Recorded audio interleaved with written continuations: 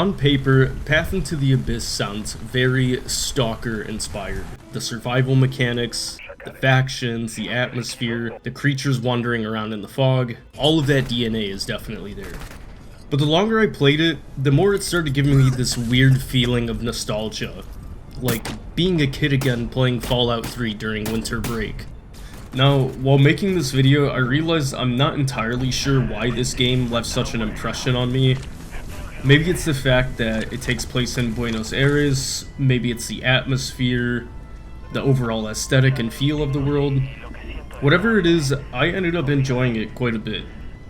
And there's definitely room for improvement in a few areas, but instead of sitting here trying to explain it all up front, I think it's easier if I just show you some of the gameplay moments I had over the last few days with the pre-alpha demo that's available on Steam.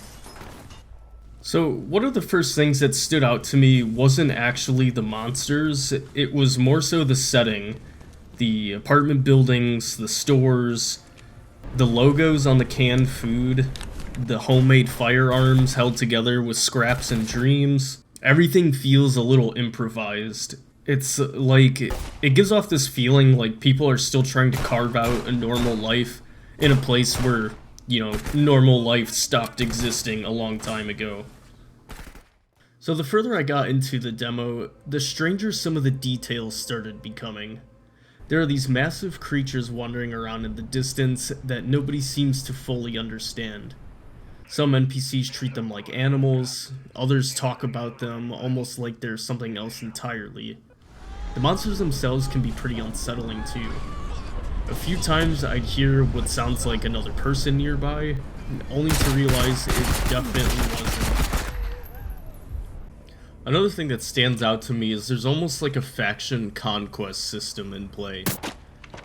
Like, there can be some pretty dynamic interactions. For example, during one of my runs, the Yakaris, which is basically spooky guys wearing masks, I don't know how to explain it. They pushed into an area controlled by the Oriundos, which is like the classic generic good guys starting faction. Anyways, the Yakaris ended up pushing in, and they killed all of the Oriundos, and they also killed the faction leader who had been giving me my quests up until this point.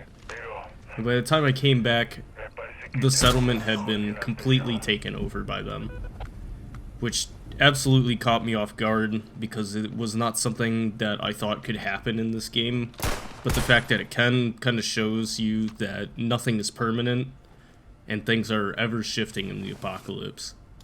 So despite everything good I've had to say about it so far, it definitely doesn't mean that everything is working perfectly right now. I would say that performance was probably my biggest issue, and I don't really know why, but recording the game while keeping a stable frame rate proved to be pretty difficult. I ended up dropping the settings much lower than I expected just to stay near 60 FPS. But then when I went back and looked at my old videos, I found that the game ran pretty stable on my first playthrough. So I don't know if there's like some sort of memory leak that goes on within consistent saved games and world states or something like that.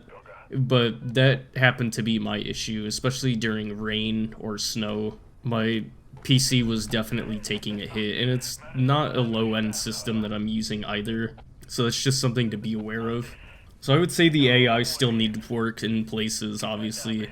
The bandits and the enemy humans and stuff like that, they actually perform pretty well as far as AI goes. Like, I was kind of impressed. The fact that they try to, if they see you through a doorway or see you in a room, they will try to dodge out of the way of your ADS, which was pretty cool to see.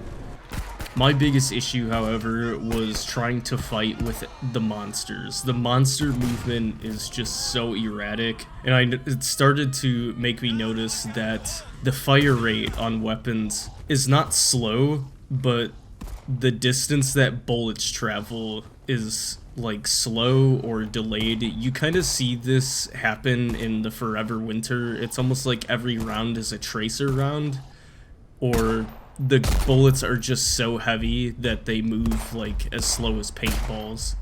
It's just a little something I noticed when playing. There was also another thing that happened where leaning around corners occasionally led to bullets ricocheting off of geometry that didn't seem like it should be there. But other than all of this, the foundation is super promising, and some of the rough edges are just a little hard to ignore right now. I do gotta say though, for an Unreal Engine pre-alpha, I was actually pretty impressed overall with the fidelity, with the visuals, you know, the setting, the way that the game just elicited this feeling that I hadn't had in a while.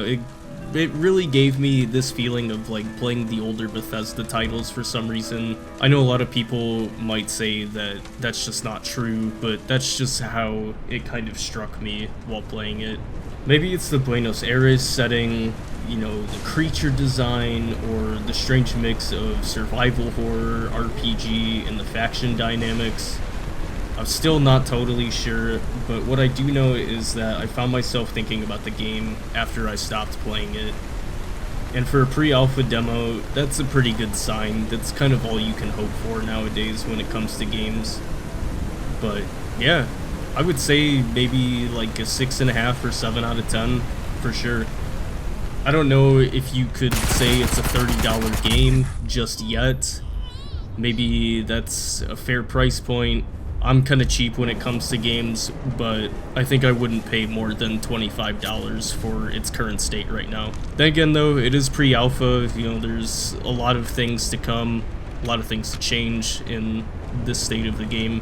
But overall though, it was a pretty solid play experience. I think I'll play a little bit more of the demo, kind of explore further out on the map, because I did not get very far past the beginning zone, and I hadn't done a lot of the quests yet. The quests seem super important in this game as far as securing materials and supplies go, so yeah, I'd like to try to give it a few more hours of gameplay.